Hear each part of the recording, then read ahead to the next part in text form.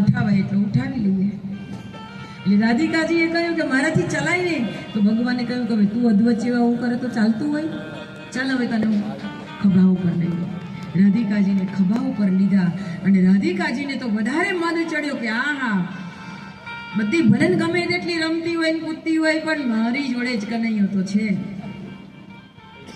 એટલે ભગવાને વિચાર કર્યો કે આ રીતનું આપણા મનમાં તો આ ન થવું જોઈએ પણ થયું છે તો હવે ઉતારવું પણ પડે.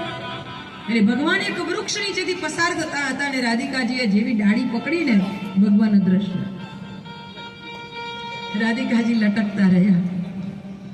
એટલે જ્યારે જ્યારે જીવનમાં આવું કંઈક બને ત્યારે વિચાર કરવાનું, ચિંતન કરવાનું કે આવું કેમ થયું, આપણામાં શું ખોટ આવી.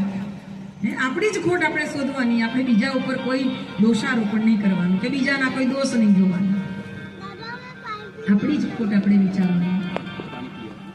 એટલે રાધિકાજીએ વિચાર કર્યો કે આ તો મારામાં એવું જ અભિમાન થયું પણ હવે શું થાય. હે કાના બૂમ પાડે છે પણ કાનો મળતો નથી. ને આ બાજુ ગોપીઓ પગલા જોઈ જોઈને શોધતી આવી.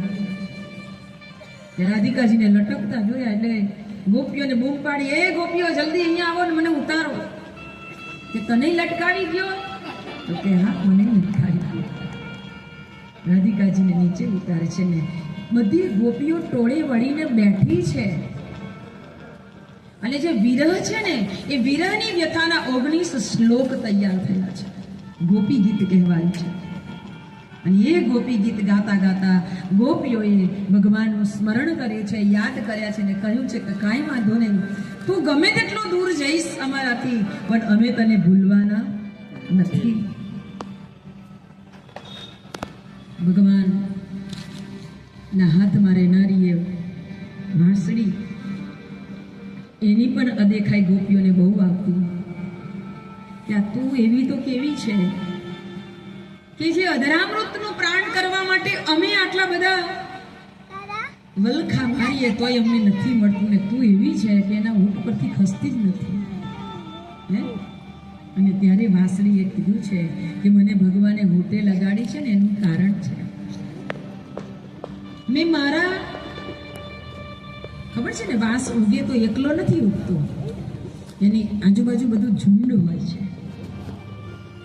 મારા બધા સ્વજનોને મેં છોડી દીધા છે.